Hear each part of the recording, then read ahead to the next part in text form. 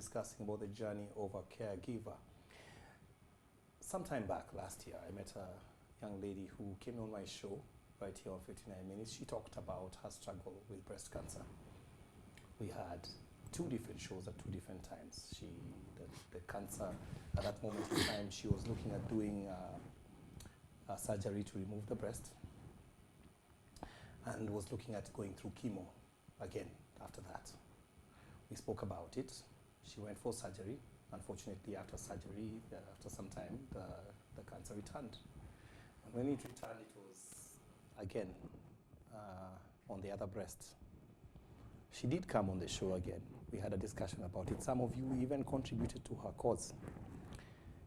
But unfortunately, it metastasized, and in the beginning of this year, in April, she passed on.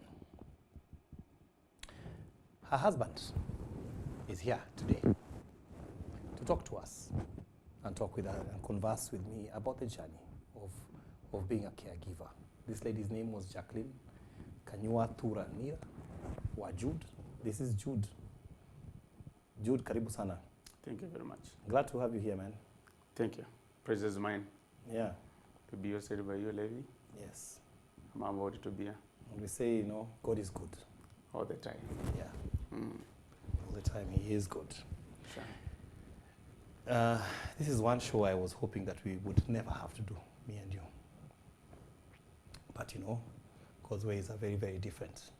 I spoke with your wife. We got to know each other. I got to know you guys. I even came to your home.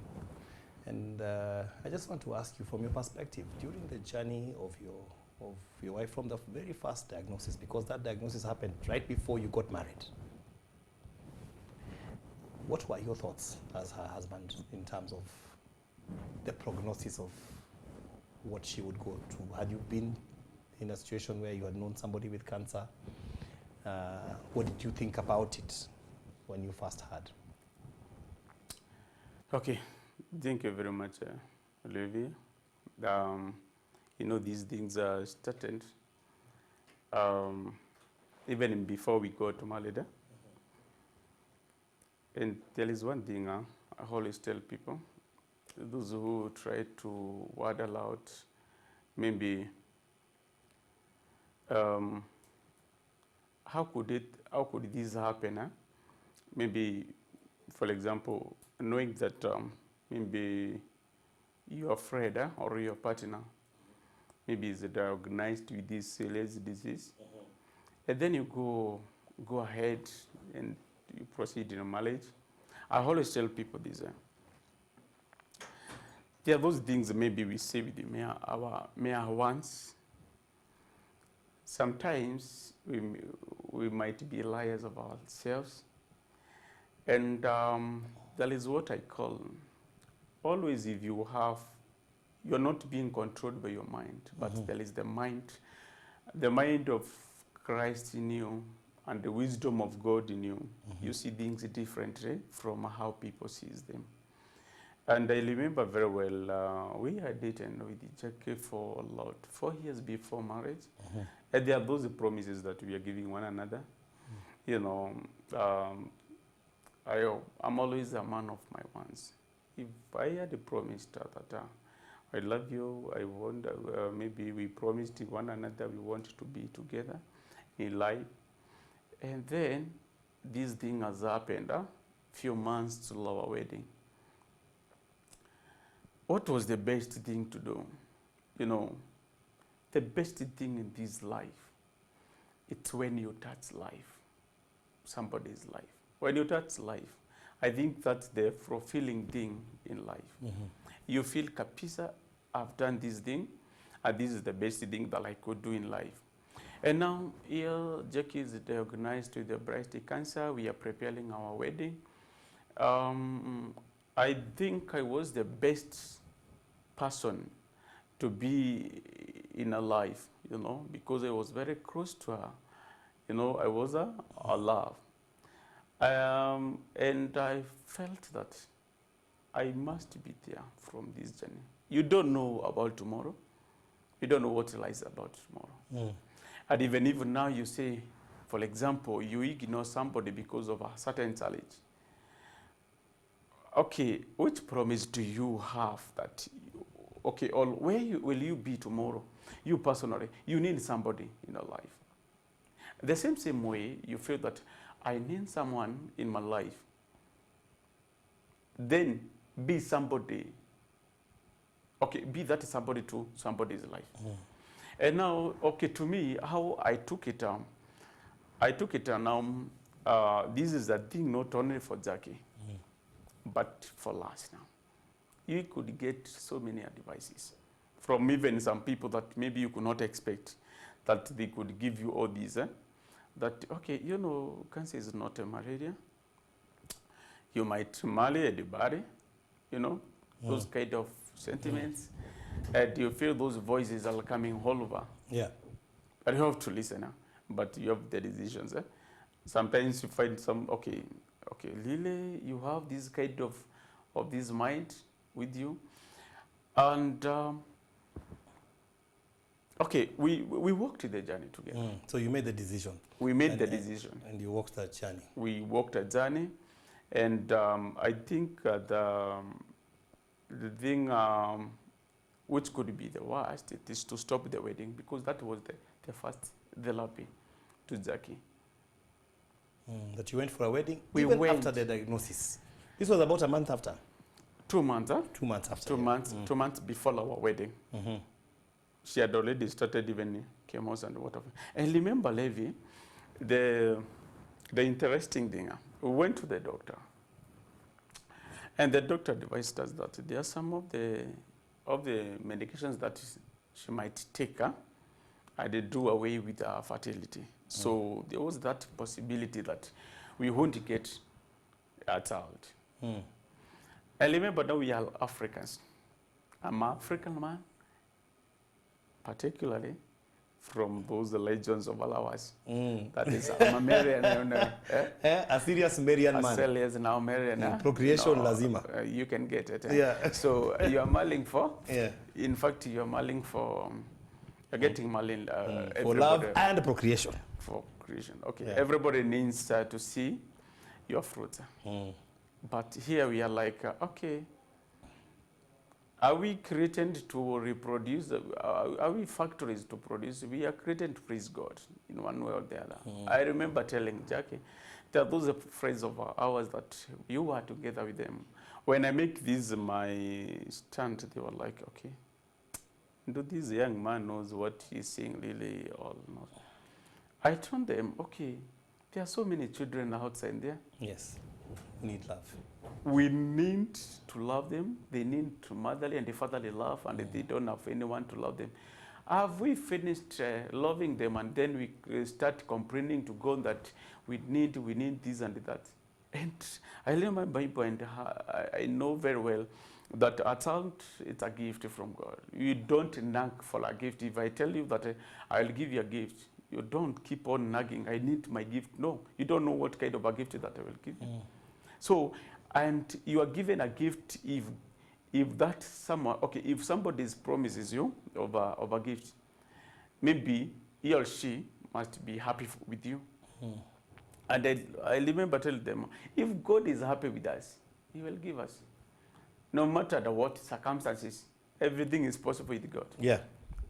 So we went forth and we continued with the treatment. We got married on a birthday. That was the best gift that I give my wife, my late wife, because I give her ring during a birthday.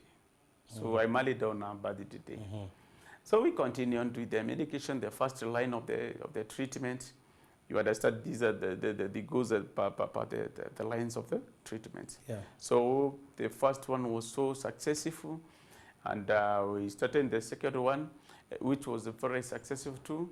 And then in between there, getting to the third part of the treatment, she conceived miraculously. And that's how God gave us our retro baby Jenny Zawadi. Yeah. She was born. Even though the journey was very tough, Jack had to give very tough, very risking decisions. But And she was born on Valentine's Day. yes, and she was born on Valentine's Day. So she's a Valentine girl. That's why we call her, okay, Jenny means God is gracious. And I know God is gracious in our lives. The world is a one day. It's because God gave us a gift during a Valentine's Day. That was a flower. That's a flower girl. So Nizawandi too. Tulipe was a gift that day. That's how we got Jenny Zawandi. And throughout that journey, it was so tough, but you know, we enjoyed by one another. We enjoyed the experience. You know, sometimes there is a hardening of the life. Sometimes you fight. Life is very tough. But you know, in every situation, there is a lesson. Yeah. How long did it take, Jude, between the time that she was diagnosed and battled with this cancer and the time that she rested? I think it was a span since 2017, October, and 2021, May. May. No, not May. Was it? April. May. No, May. May, yeah, May. Yeah, 19 May. So it's a span of that period of time. It's a span of that period of time. Yeah. In that period of time, what can you say? Because now you had to be a caregiver. You had to learn how to help your wife who was unwell, something that you had never done before. Had you ever interacted with a cancer patient before? I think I was thinking cancer is of those rich people who always appears in the TV, those great people. Yeah. It didn't close because I didn't see anybody close my life with it. In fact, before, I've never come across a cancer patient. So you had to learn a lot of things? Yes. Even terminologies, because sometimes, you know. Yes. Yeah. Until even my phone was full of doctors. Was like, have I become a doctor? Because now I was coming across so many doctors. You know, I could attend so many meetings of those doctors discussing of the matters. And okay, I came to know much about these things, about the disease, and you know, about the treatment. I learned so much about it, because now you are interrupting. Every now and then you're in a hospital, you are with the doctors. Yeah.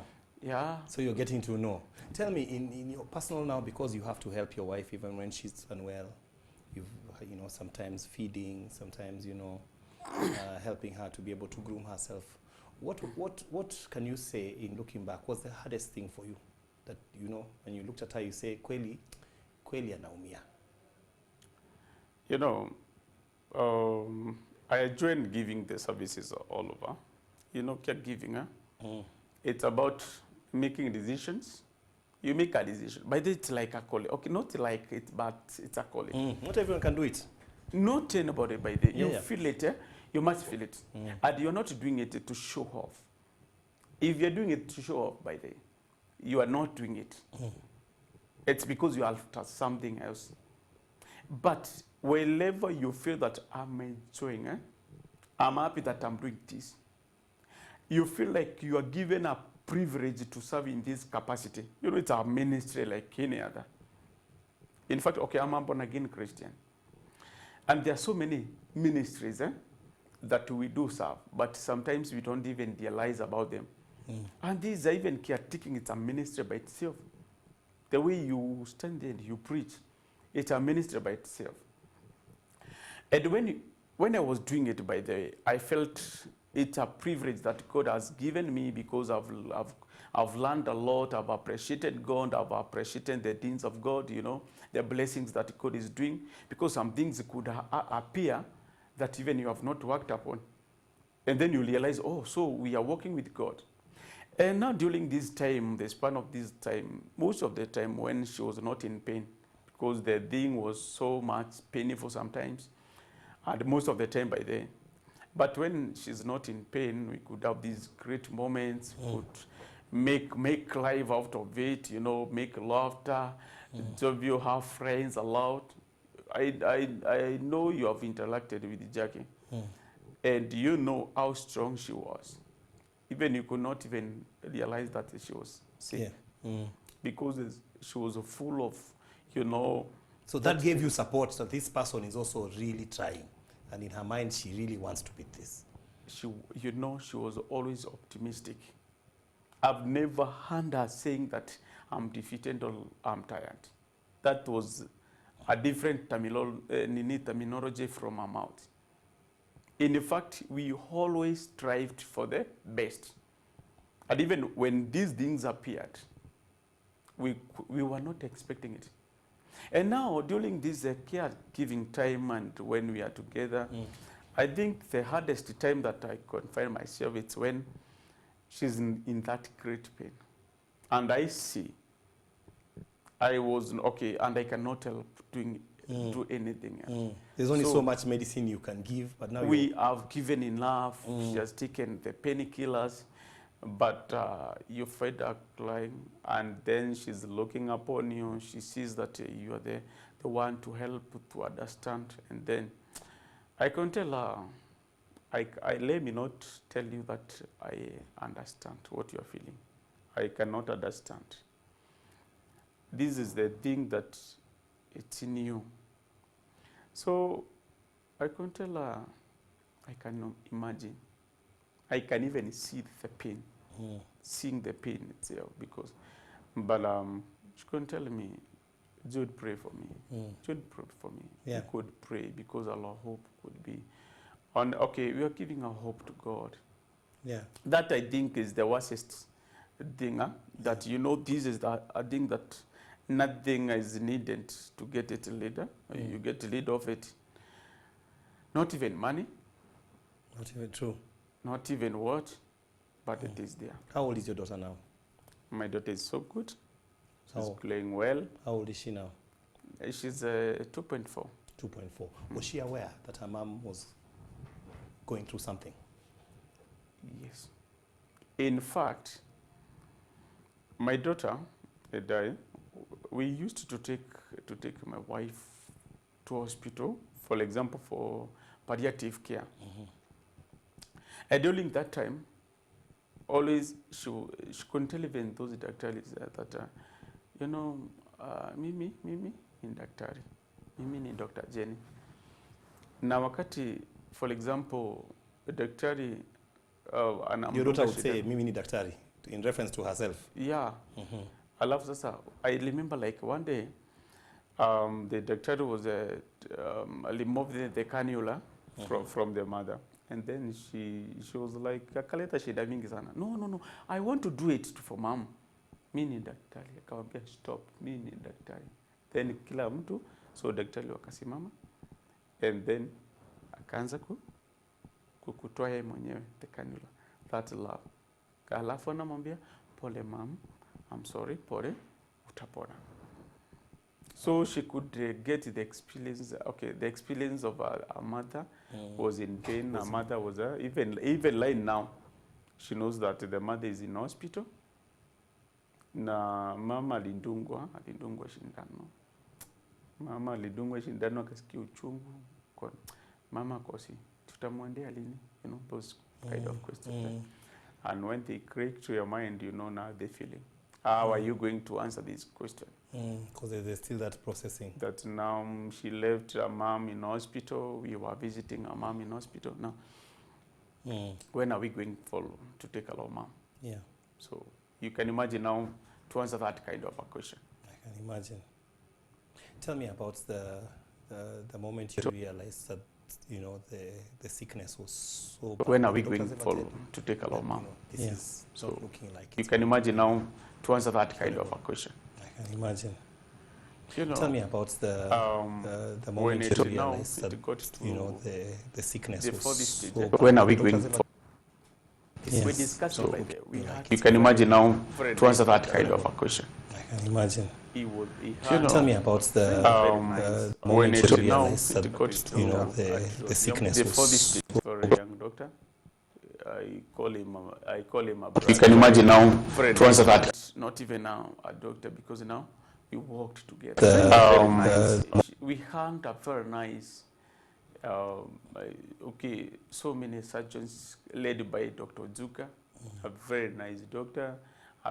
Like now he became our friend, our family friend, the way you became our friends. Yeah. And now we could discuss this with other types of doctors. That there are those who are taking palliative care, there are those who are doing differently. So we worked together with them. So we discussed the matter when it get to the stage 4, and but still we knew that even if it is in stage 4, it's reversible. God can do something. And then kuna wale watu wana hata kama they are under the medications. Wamefika na wakakaa for some. Even if it is addition of 1 day, 1 hour, we need that 1 day. Let's do the best that we can do. Let's not relax and say that, okay, now we are tired and what we are waiting. We are waiting this thing too. Okay. So you fought all through. We fought. I'm telling you, Levi, if there is something that I always feel in me, I feel a lot of peace. I did all I could do. I left with nothing. I give all I could give to Jackie. Jackie did all she could do. You threw it all in there. She didn't left anything. Doctors did all they could do. Friends did all they could do to make these things successful. And I think this is what we call the will of God, the little will of God. Because we prayed to God to heal Jackie, to relieve her from the pain. And remember that God works in mysterious ways. His ways are not our ways. And the mind of God is not our mind. So this is the a way that he found is the best to relieve Jackie from the pain. Yeah. So after that, it reached at that time that now it was in this stage, and that we could encourage, okay, even if it is like God has given us today, and we are hoping to see tomorrow. And I remember even to the last minutes, after now Jackie, she told me, Jude, I feel I'm too weak. But she didn't say that I'm tired. She was weak but not tired. She could tell me, okay, could I help her?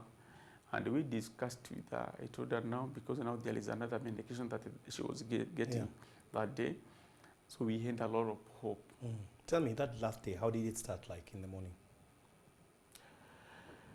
You know, I left Jack allowed Sambili usiku at 8.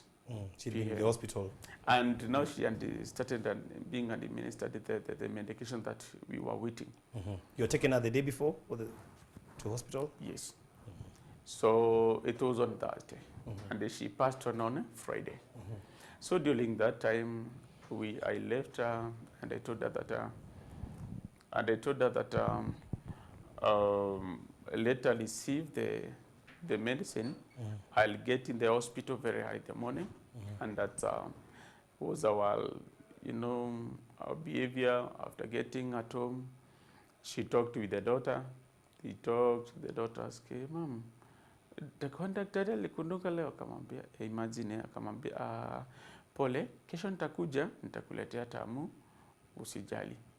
So, and we had planned with that the previous day, we will go with the daughter. Sababu now, we are hoping after now, kuwekwa ndawa, atakuwa na at least na relief, and then we could have that good time, and then we go home. So, at about 11 to 12 hapo. At night? At night, we talked with her. She told me the medication is going well. And then we prayed. She talked with the daughter, we prayed together, and then we slept. Very early in the morning, as usual, I took my phone, started calling her. She didn't pick. the call, and then there was some other calls that I started entering, so I received them. After little, I found the garden specialist contact was trying to call me. Okay. And then I started, oh my God. This is the hospital now they're looking Yes. for. And I've called her twice. She has not received my call. Then back to my mind, I thought because now at night she was getting the medicine, so she's like, now she's tired, she's asleep. Maybe she'll get. I was waiting it to get allowed Sambili, and then I called the daktari, nimulize wameendeleaje, as I prepare myself to go there. And then I found the contact. I called them. Then guidance specialist, okay. The first thing, wakaniuliza, uko mbali, are you within Nairobi or uko mbali? Nikamwambia, okay. Okay. Daktari want to see, hey, I was like, how is Jackie? Okay. The lady told me, Daktari want to talk to her. Nikamwambia, no. Where is Jackie? Now I knew like something is wrong here. I knew something is wrong. And then, nikakata hiyo simu. I started praying to God. Nikamwambia, God, let it not be so. No, God. Then I found out it hit me. It hit me now. I could not even, no. I've not had Jackie. You felt it, kabisa. I've not had Jackie. And then you are calling me, no. Do you want to mean that Jackie is all that is serious that even she cannot talk to me? Or do you want to tell me Jackie can't talk? Hapana. I was so much confused. So nikapigia besti wangu mwenye alikuwa anatubeba na Uber. I called him. Kamwambia, please, in the next 2 minutes, be here. Let's go to hospital. He's called Mose. Mose was there in like 3 to 4 minutes. Nikamwambia, able to kuambia, it's like something is long. We didn't talk to one another. From Rongai to Garden Specialist Hospital. Kufika, it's like... was it a long drive? It was like... Did you feel like it's a very long, we are not getting there? Yes. I felt like I could light from the vehicle and then I learned myself I'm faster than a vehicle.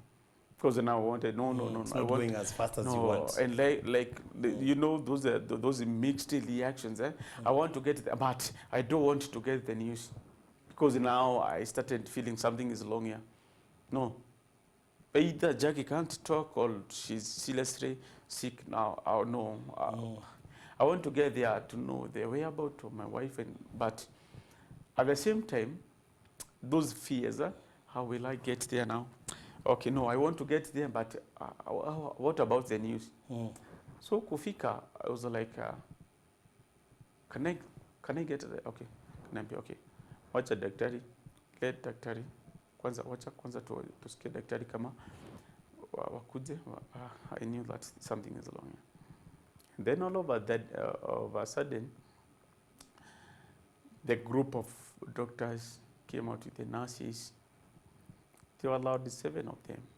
We entered the hospital, to the office. I was like, no, I was just staring at them. Then daktari started explaining to me, sijui tulifanya hivi, but this early in the morning. I know what they want to tell me now, because now my mind had already said that Jackie is not there. And then after this, she started, difficulty in breathing. The oxygen countdown went down.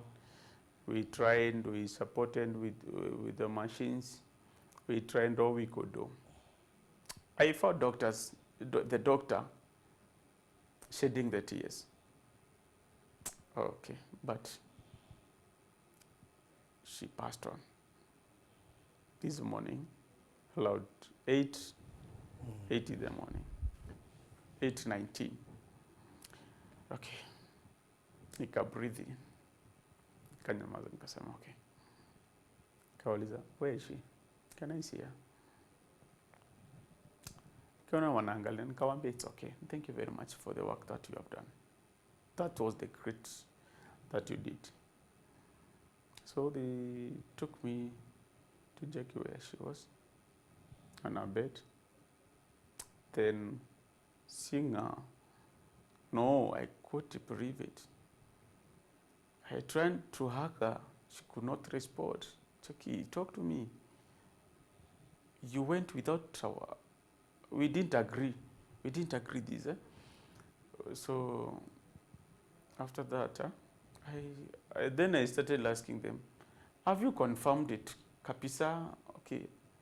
But anyway, okay, it's okay. Then I break down that the worst experience has ever crossed my life up to now. Because I could not imagine that Jack could go. Okay, we had that time that God has given us, but still I needed her more. You had plans. I needed her, and she needed me more. So the nurse told me that she had called me. She went calling me to come, and then, no. But unfortunately, few minutes I found her, she has gone. But I thank God for everything. Pole, my brother. Chapa. Let me just play a clip when Jackie was on this show. This is one of those moments we had when she was here. One doctor came and held my shoulders, and now he told me, Jackie, we have the results, and these results, they're not the best of the results because you have cancer, and it is cancer at a very bad stage. It is cancer at stage 3, and as you can see, every one of us is shocked with these results. We didn't expect this, but it has come. Wow, for a moment, the world stopped. The clock stopped ticking now. It's me in this dark space alone. I didn't seem shocked. Well, I asked them, well, now what will we do? Then they said, we will not give you drugs to go home right now. You will have to bring people whom you live with so that we can come up with a plan, with a treatment plan. Yeah. And then after some 3-4 minutes of some silence in the room, that's when now it hit me seriously, like, you're talking of cancer. Yeah. No? I broke down. I think I cried my heart out. I cursed everything around me. I cursed life. Then I've got these questions over and over. Why me? Why me? Why this time? God, you could have waited. You see? Yeah. You could have waited. I get married first, and you bring this. Or rather, you could have waited. You know, those questions that you don't have even anyone to answer. You don't have answers to. Wow. Then after maybe an hour, the doctors tried to do some counseling. Then they told me, give us the contacts of people you live with. But then I was living with my cousins. No, we were not married. I was living with my cousins. And they told me, bring the contacts of the people you live with. I refused. I told them no. I'll tell them myself. Because I knew I would not get home. You know, I refused to give them the contacts. Give me the contacts of your mom. No, I will not. I switched off my phone so that they don't get anyone's number. So who did you go to first? You know, I didn't want to get home. You see, St. Mary's Hospital, then you come, I was going to Rongai. See, there's a junction somewhere at Cemetery, somewhere, the junction you go, the roundabout, the Langara Cemetery roundabout. I wanted to get there. You know, vehicles are just coming out, running. There's a roundabout. There's a roundabout, yeah. I wanted to get in. and ran into a whatever vehicle that was passing by, and I wanted to get crushed completely. Like, I didn't want to leave from there. I told God, thank you, God, for the 25 years of... Yeah, that's the time that we were here with her. We are unfortunately, we are out of time, Jude. What do you think is your greatest lesson in looking back at the time you spent with your wife and you as, you know, as the caregiver, and the moment even of going through this journey as she battled with cancer? What's your takeaway? And what would you tell viewers? What have you learned? What can you tell somebody who's going through the same? First of all, I would love to tell the viewers one thing. The best thing in this life and the best riches that we can be proud of, it is when you touch life. When you do something to someone. And you make sure that you help, because you never know what lies there tomorrow. And whenever the things that we do, even if they are simple things, let's try to do them in a greatness, and let them be coming out of our hearts. And when you build the life, let me tell you, whenever you do those things that we do to people in a greatness and out of love, without any mind of maybe showing off, or you want any payment from anyone, heavens opens. And when heaven opens, there is a one that God keeps for you. And there is those favors that God shows you. And in fact, from that time, I can't say that I've lost anything, or what I've lost is my wife, but in terms of maybe my time, my resources, I've lost nothing. But instead, I feel that I did what is the right, and that is not the end. I will do as long as whatever God wants me to do, I'm ready. So let's do good to other people. Let's stand for other people. And let's not get tired. For example, if you have a kind of a patient like I had, do not feel like now I'm tired. Or you feel that feeling that si Mungu mchukue tu ili no. Feel the love in you and to work, help one another, and let's do it in the love. Let's do it appreciating one another, knowing that even you, if it could be you could enjoy it. You could enjoy when somebody is doing something good to you. Yes. Thank you for sharing, Jude. Welcome. I really appreciate it. I want to leave us with an excerpt from your wife. One of the things she said when she was on this show, and I do pray, that God will continue to take care of you and your daughter, even as you go through life without her mom. But I'll just encourage you that for everything God does, He also gives us the strength to survive. Sure. And to soldier on. And you are one really tough soldier. Keep walking, brother. God bless you.